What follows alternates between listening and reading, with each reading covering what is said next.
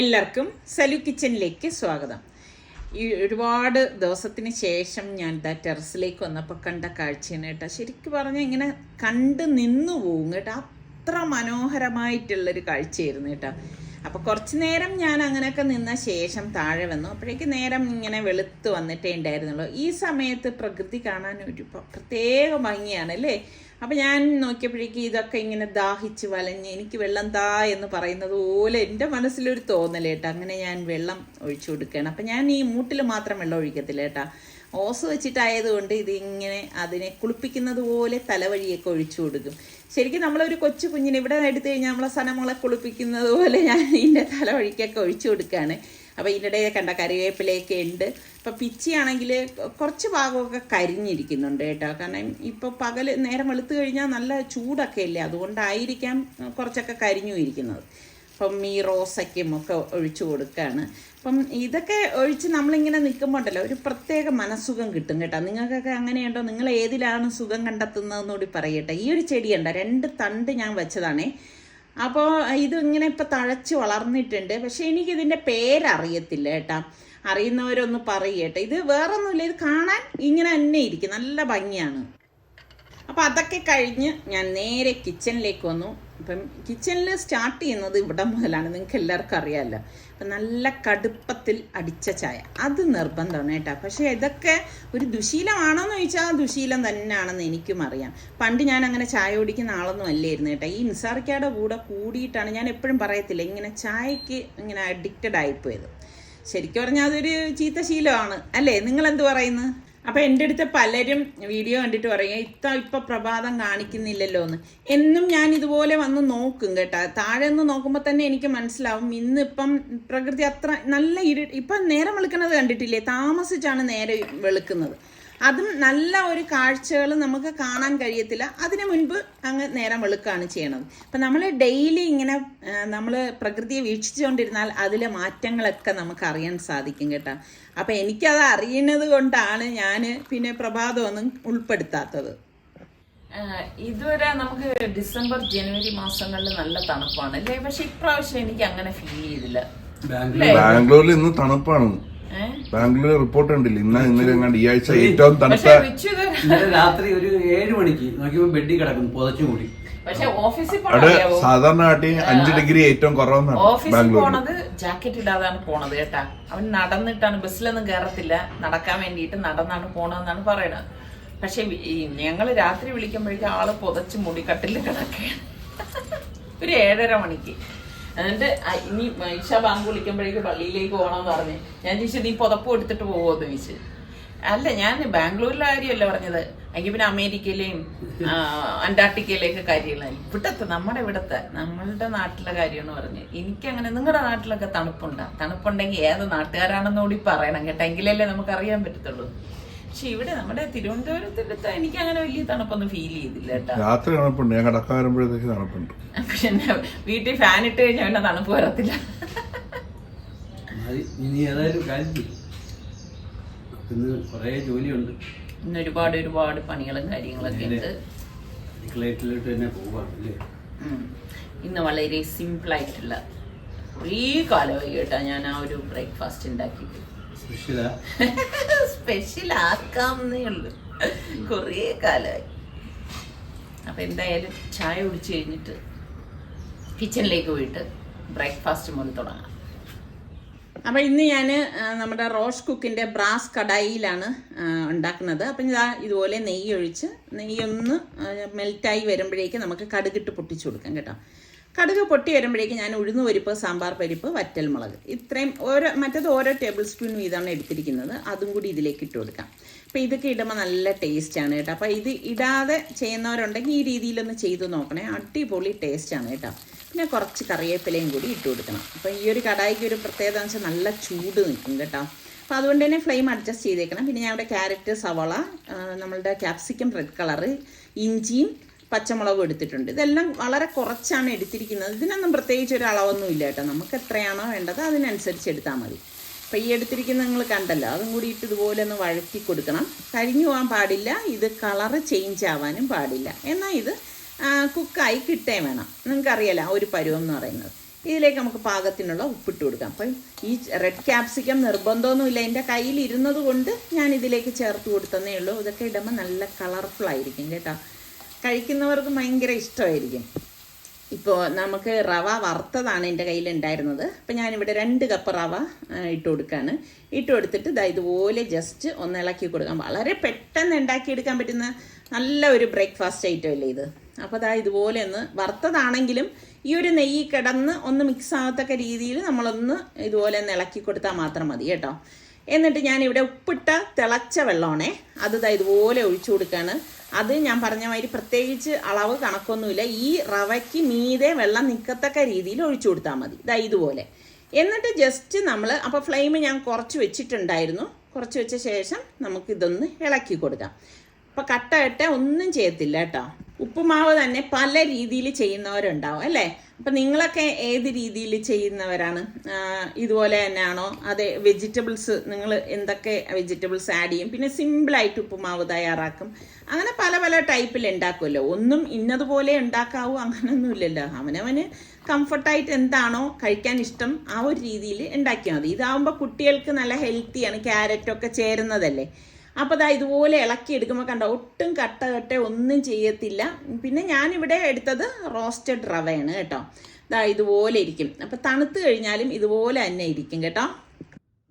ഇന്നലെ നനച്ചിട്ട തുണി രാത്രി എടുക്കാൻ മറന്നുപോയി കേട്ടോ. അപ്പോൾ ഞാൻ രാവിലെ വന്നപ്പോഴേക്കും അത്യാവശ്യം നല്ല വെയിലുണ്ട്. അപ്പോൾ തുണിയൊക്കെ ഉണങ്ങി കിടക്കായിരുന്നു. അപ്പോൾ പിന്നെ ഇതൊക്കെ ഒന്ന് എടുക്കാമെന്ന് കരുതി. നിങ്ങളും ഇതുപോലെ മറന്നു പോകുന്ന സാഹചര്യങ്ങളൊക്കെ ഉണ്ട്. ചില സമയം ഇങ്ങനെയാണ് കേട്ടോ, ഒക്കെ മറന്നു പോകും. അപ്പം നിസാറിക്കാണെങ്കിൽ ഇങ്ങനെ ഈ വെയിൽ കൊണ്ട് ഷർട്ടൊന്നും കിടക്കണത് ഇഷ്ടമല്ല. പിന്നെ നിസാറിക്കയുടെ ഷർട്ടെല്ലാം കൈകൊണ്ടല്ലേ കഴുകിയൊക്കെ വിരിക്കുന്നത്. അപ്പോൾ നരച്ചു പോകും എന്ന് പറഞ്ഞിട്ട് അപ്പം ഞാൻ രാവിലെ തന്നെ വന്ന് എടുത്തതാണ് കേട്ടോ. ഇനിയിപ്പോൾ ഇത് ജസ്റ്റ് ഇതിപ്പം ഞാനൊരു എന്തു പറയാൻ മടിച്ചി എന്നുള്ള രീതിയിൽ മടക്കി വെക്കുകയാണ്. ഇതിങ്ങനെ വെക്കേണ്ട കാര്യമില്ല, കാരണം മുരുകൻ വരുമ്പോഴേക്ക് തേക്കാൻ കൊടുക്കാനുള്ളതാണ് കേട്ടോ. അപ്പോൾ ഇത് കൊണ്ട് ഈ അലമാരയിൽ വെക്കും. മുരുകൻ വിളിക്കുമ്പം ഇതെല്ലാം കൂടി എടുത്തുകൊണ്ട് ഒന്ന് കൊടുക്കുകയാണ് ചെയ്യുന്നത്. പിന്നെ ഞാൻ ഇതുപോലെ എനിക്കിവിടെ വന്നു കഴിഞ്ഞാലുണ്ടല്ലോ, ഇങ്ങനെ നമ്മളുടെ പ്രകൃതി കണ്ട് ആസ്വദിക്കാൻ ഭയങ്കര ഇഷ്ടമാണേ. അപ്പം ഇന്നെനിക്ക് കുറച്ചധികം പണികളൊക്കെ ഉണ്ട്, എന്നാലും ഇങ്ങനെയുള്ള കാഴ്ചകളൊന്നും ഞാൻ മിസ്സാക്കാറില്ല കേട്ടോ. അതിനൊക്കെ ഞാൻ എങ്ങനെയെങ്കിലും സമയം കണ്ടെത്തും.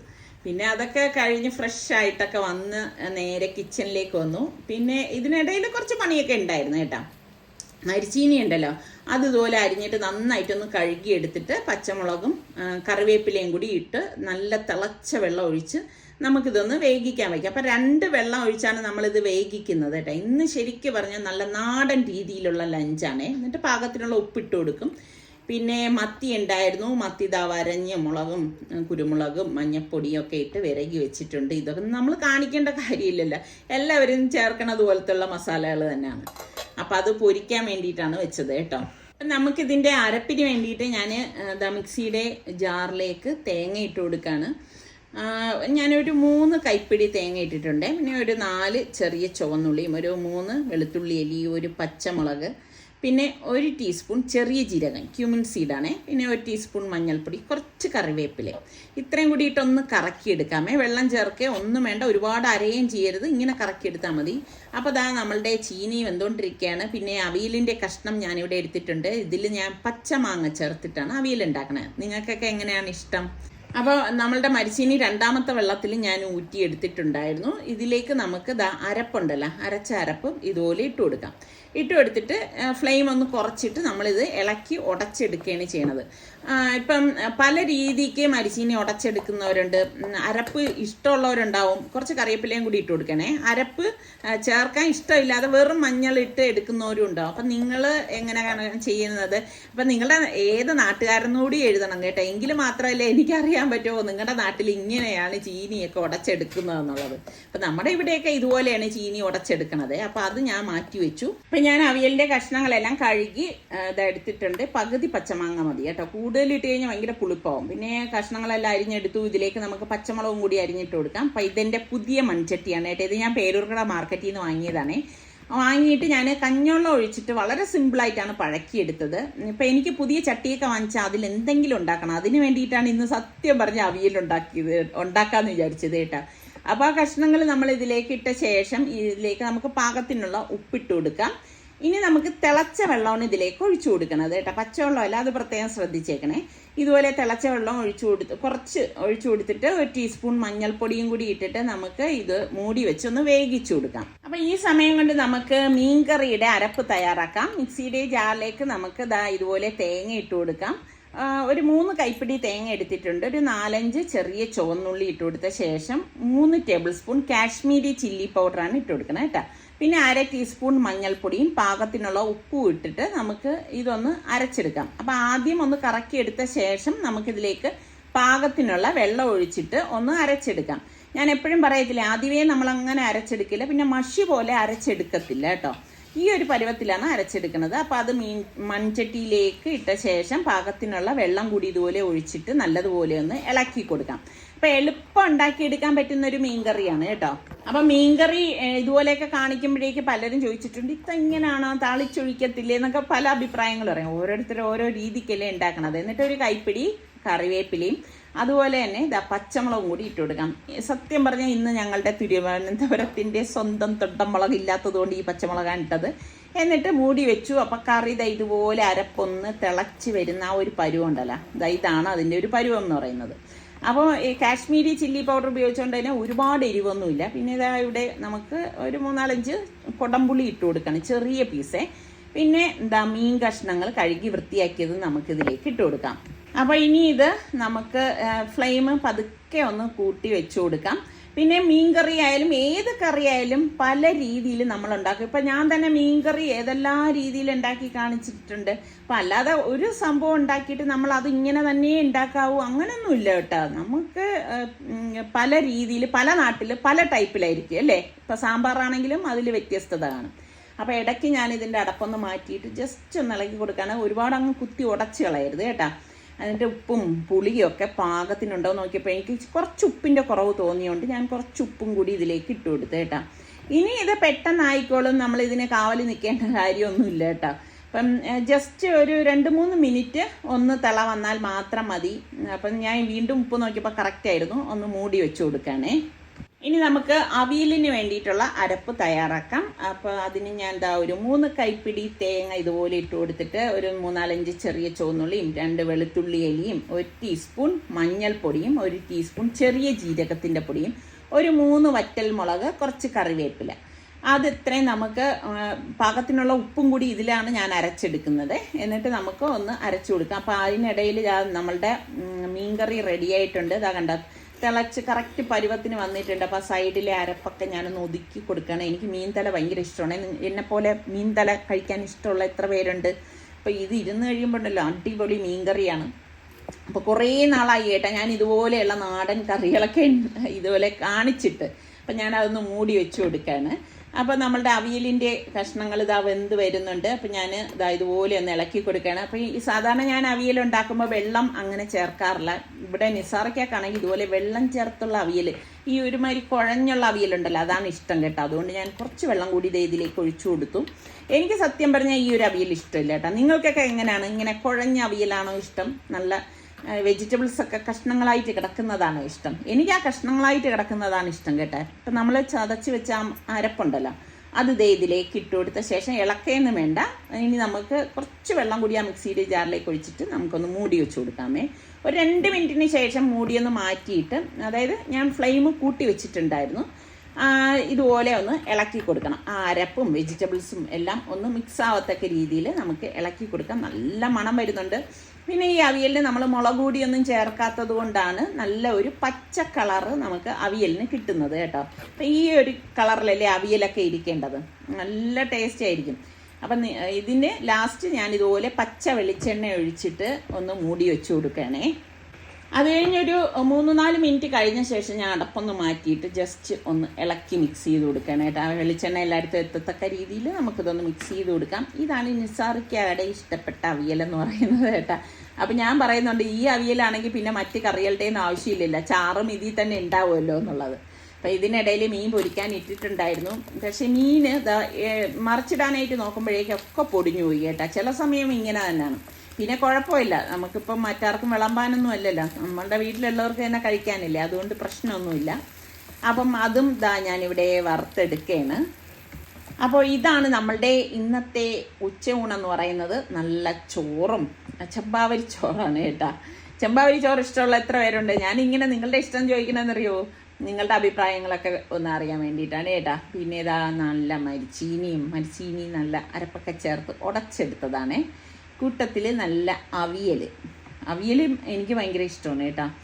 അവിയൽ, സാമ്പാർ ഇങ്ങനെയൊക്കെയുള്ളത് എനിക്ക് ഭയങ്കര ഇഷ്ടമാണ് കേട്ടോ. പിന്നെ ഇതേ നമ്മളുടെ മീൻകറിയിൽ എനിക്കിഷ്ടം ഇതുപോലെ തലയാണ്. പക്ഷേ ഇന്നിപ്പം ഞാൻ നിങ്ങളെ കാണിക്കാൻ വേണ്ടിയിട്ടാണ് ഈ കഷ്ണം വെച്ചിട്ട് സെർവ് ചെയ്യുന്നത് കേട്ടോ. ക്യാമറ ഓഫ് ചെയ്യുമ്പോൾ ഞാൻ തല കഴിക്കുന്നതാണ്. പിന്നെ നമ്മളുടെ മത്തി വറുത്തതുമാണ്. അപ്പോൾ ഇന്ന് സുഭിക്ഷമായിട്ടുള്ള നല്ല നാടൻ ഉച്ചയൂണാണ് നമ്മളുടേത്. ഇതിലേത് വിഭവമാണ് നിങ്ങൾക്ക് ഇഷ്ടമെന്നുകൂടി ഒന്ന് കമൻറ്റ് ചെയ്യണം കേട്ടോ. അപ്പം അത് കഴിഞ്ഞിട്ട് ഞങ്ങൾക്ക് പുറത്തു വേണ്ട ഒരു ആവശ്യം ഉണ്ടായിരുന്നു. അപ്പോഴേക്കും നിസാറൊക്കെ എൻ്റെ അടുത്ത് പറഞ്ഞു, ഇന്നൊരു മഗ്‌രിബൊക്കെ കഴിഞ്ഞുള്ള ടൈമിൽ കുറച്ചധികം പായസം ഉണ്ടാക്കി തരുമെന്ന് ചോദിച്ചു കേട്ടോ. അപ്പോൾ അത് കഴിഞ്ഞ് ഞങ്ങൾ വീട്ടിൽ വന്നപ്പോഴേക്കും ഉമ്മായി ഉണ്ടായിരുന്നു. അപ്പോൾ ഞാൻ ഉമ്മായെ കണ്ടു കഴിഞ്ഞാൽ ഞാൻ സത്യം പറഞ്ഞാൽ മടിച്ചാണ് കേട്ടോ. അപ്പോൾ ഉമ്മ അടുത്ത് പറഞ്ഞപ്പോൾ ഉമ്മ ഉണ്ടാക്കി തരാമെന്ന് പറഞ്ഞു. അങ്ങനെ ഞാൻ കയ്യാളായിട്ട് നിന്നാൽ മതിയല്ലോ. അപ്പോൾ ഉമ്മ പറഞ്ഞു കിസ്മിസൊക്കെ ഇത് കഴുകിയെടുക്കുമെന്ന് പറഞ്ഞു. പക്ഷെ ഞാൻ ഉണ്ടാക്കുന്നത് പോലെയല്ല, അതിൽ നിന്ന് കുറച്ച് വ്യത്യസ്തമായിട്ടാണ് ഉമ്മ ഉണ്ടാക്കുന്നത്. അങ്ങനെ ഇപ്പം കിസ്മിസ് എല്ലാം ഒന്ന് കഴുകിയെടുക്കണം. അപ്പം ഞാൻ ഇത്രയാണ് കിസ്മിസ് എടുത്തിരിക്കുന്നത് കേട്ടോ. നല്ലതുപോലെ ഒന്ന് കഴുകിയെടുക്കണം, ഇതിലൊക്കെ അഴുക്കുണ്ടാവും. അത് കഴിഞ്ഞപ്പോഴേക്ക് പിന്നെ നമ്മളുടെ കാഷ്നട്ട് എടുത്തിട്ട് കാഷ്നട്ടും ഒന്ന് കഴുകിയെടുക്കാനായിട്ടും പറഞ്ഞു. അങ്ങനെ ഇപ്പം കാഷ്നട്ടും ഇടയാണ്. അപ്പം ഞാൻ ചോദിക്കുന്നുണ്ട്, കാഷ്നട്ട് കഴുകിയെടുക്കുമ്പോഴേക്ക് പിന്നെ ഉണക്കണ്ടേന്ന് ചോദിച്ചപ്പോൾ പറഞ്ഞു ഉണക്കണ്ട, നീ പറയണത് ചെയ്താൽ മതി എന്ന് പറഞ്ഞു. അങ്ങനെ ഇപ്പം അത് നന്നായിട്ടൊന്ന് കഴുകിയെടുക്കണേ. അപ്പം ഇത് കഴുകിയെടുക്കുമ്പോഴാണ് ഇതിലൊക്കെ ഇത്ര മാത്രം അഴുക്കുണ്ടെന്ന് നമ്മൾ മനസ്സിലാക്കണത് കേട്ടോ. അപ്പം ഇതും നല്ലതുപോലെയൊക്കെ ഒന്ന് കഴുകിയെടുത്തു. അപ്പം ഇത് പിന്നെ പെട്ടെന്ന് റെഡിയാക്കി എടുക്കാമല്ലോ. എന്നെപ്പോലെ തന്നെയാണ് കേട്ടോ. ഉമ്മായും എന്നെപ്പോലെ എന്നല്ല, ഉമ്മായെപ്പോലെ തന്നെയാണ് ഞാനും കേട്ടോ. വളരെ വേഗം എല്ലാം ഉണ്ടാക്കുന്ന ഒരു പ്രകൃതമാണ് കേട്ടോ. അങ്ങനെ ഇപ്പം അതും ഒന്ന് കഴുകിയെടുത്തു. അങ്ങനെ വലിയൊരു ബിരിയാണി ചെമ്പാണ് ഞാൻ അടുപ്പത്തേക്ക് വെച്ചത്. ഇതിലേക്ക് കുറച്ചധികം നെയ്യ് ഒഴിച്ചു കൊടുക്കുകയാണ്. അപ്പോൾ നെയ്യ് ഒന്ന് ചൂടായി വരുമ്പോഴേക്ക് 1 കിലോ സേമിയാണ് കേട്ടോ. ഇതുപോലെ മുറിച്ചിട്ട സേമിയ നമുക്ക് വാങ്ങിക്കാൻ ഇപ്പോൾ ഇങ്ങനെ തന്നെ കിട്ടുമല്ലോ. എന്നിട്ട് ഇതുപോലെ ആ നെയ്യിൽ തീ കുറച്ച് വെച്ചിട്ട് ഒന്ന് റോസ്റ്റ് ചെയ്ത് കൊടുക്കാം. ഇത് റോസ്റ്റഡ് സേമിയ തന്നെ ആണ്. അപ്പോൾ അതുകൊണ്ട് തന്നെ ഒരുപാട് നേരം നമ്മളിത് റോസ്റ്റ് ചെയ്യേണ്ട ആവശ്യമില്ല കേട്ടോ. അപ്പോൾ ഇതുപോലെ വലിയ ചെമ്പായതുകൊണ്ടാണ് സേമിയ ഇട്ടപ്പം കുറച്ചായിട്ട് ഇതിൽ കാണുന്നത്. ഇതിപ്പം 1 കിലോ ഉണ്ട്. ബാക്കിയുള്ളതും കൂടി ഇതിലേക്ക് ഇട്ട് കൊടുക്കണം കേട്ടോ. എന്നിട്ട് മൊത്തത്തിൽ ഇതുപോലെ ഒന്ന് റോസ്റ്റ് ചെയ്യും. അപ്പോൾ ആദ്യം ഇട്ട അത് വേറൊരു ബ്രാൻഡായിരുന്നു എൻ്റെ കയ്യിലിരുന്നത്. അപ്പോൾ അതുകൊണ്ടാണ് ആ സേമിയയ്ക്ക് ഒരു കളർ ചേഞ്ച് ആദ്യത്തേന് വന്നത്. അപ്പം രണ്ടാമതുള്ളതെല്ലാം ഒരുപോലെ ഉള്ളതാണ്. അപ്പോൾ ഇതുപോലെ ഇട്ട് എല്ലാം ചേർത്തിട്ട് നല്ലതുപോലെ ഒന്ന് മിക്സ് ആവത്തക്ക രീതിയിൽ ഒന്ന് റോസ്റ്റ് ആക്കി എടുക്കണം കേട്ടോ. എളുപ്പം ഉണ്ടാക്കിയെടുക്കാൻ പറ്റുന്ന പായസം ഏതാണെന്ന് ചോദിച്ചാൽ സേമിയ പായസം തന്നെയാണ് അല്ലേ. അപ്പം നിങ്ങൾക്ക് അതിൽ നിന്നും വേഗത്തിൽ ഉണ്ടാക്കിയെടുക്കാൻ പറ്റുന്ന ഏത് പായസത്തെക്കുറിച്ച് അറിയാമെങ്കിൽ പറയുക കേട്ടോ. പിന്നെ നമ്മൾ നേരത്തെ തിളപ്പിച്ചത് പഞ്ചസാര ഇട്ട് തിളപ്പിച്ച വെള്ളമാണ് കേട്ടോ. അത് ഇതുപോലെ ഒരു അരിപ്പ എടുത്ത് വെച്ച് അരിപ്പയിൽ കൂടിയാണ് ഒഴിച്ചു കൊടുക്കുന്നത്. അപ്പം എന്തെങ്കിലും അഴുക്കൊക്കെ ഉണ്ടെങ്കിൽ മാറി കിട്ടാൻ വേണ്ടിയിട്ടാണ് അങ്ങനെ ചെയ്യണത് കേട്ടോ. നല്ല ചൂട് കേട്ടോ.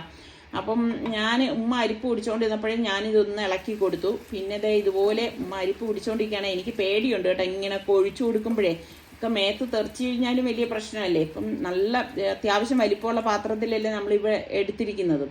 അപ്പോൾ ആ വെള്ളം എല്ലാം ഇതുപോലെ അരിച്ച് വേണം ഒഴിച്ചു കൊടുക്കാനുള്ളത്. അപ്പോൾ പഞ്ചസാരയിൽ എന്തെങ്കിലുമൊക്കെ അഴുക്കുണ്ടെങ്കിൽ നമുക്കിത് അരിച്ചെടുക്കുമ്പോഴേക്ക് അത് മാറിക്കിട്ടും കേട്ടോ. എന്നിട്ട് ഇതുപോലെ ഒന്ന് ഇളക്കി കൊടുക്കണം. അപ്പം ഞാൻ പറഞ്ഞില്ലേ, ഞാൻ ഉണ്ടാക്കുന്നതിൽ നിന്നും കുറച്ച് വ്യത്യസ്തമായിട്ടുള്ള ഒരു പായസമാണിത്. പിന്നെ നമ്മളെല്ലാവരും കുക്കിംഗ് ഒക്കെ പഠിക്കുന്നത് എവിടെ നിന്നായിരിക്കും? ഉമ്മമാരിൽ നിന്നായിരിക്കും അല്ലേ. അപ്പം ഞാൻ കുറച്ച് അധികം ഏലക്ക ഇതുപോലെ ഇട്ടിട്ട് അതൊന്ന് പൊടിച്ചെടുക്കാൻ. അപ്പം ഞാൻ പൊടിച്ചെടുക്കുകയാണ് കേട്ടോ. നമ്മൾ ഇൻസ്റ്റൻ്റ് ആയിട്ടൊക്കെ പൊടിച്ചെടുക്കുമ്പോൾ അതിന് പ്രത്യേക ഒരു മണം തന്നെയാണ്. അപ്പം ഇതുപോലെ നമ്മൾ സൂപ്പർ ഷെഫ് ആരാണെന്ന് ചോദിച്ചാൽ നമ്മുടെയൊക്കെ ഉമ്മമാർ തന്നെ ആയിരിക്കും അല്ലേ. അങ്ങനെ തന്നെയാണ്.